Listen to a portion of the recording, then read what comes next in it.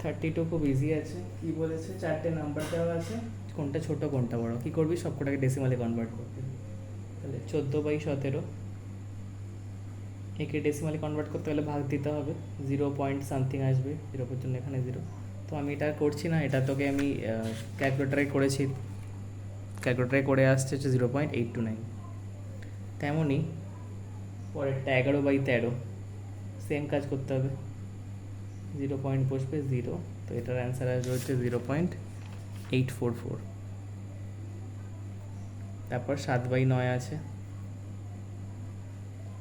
0.70 এখানে, তারপরে সলভ করতে হবে তোকে, এটা আসবে হচ্ছে 0.777।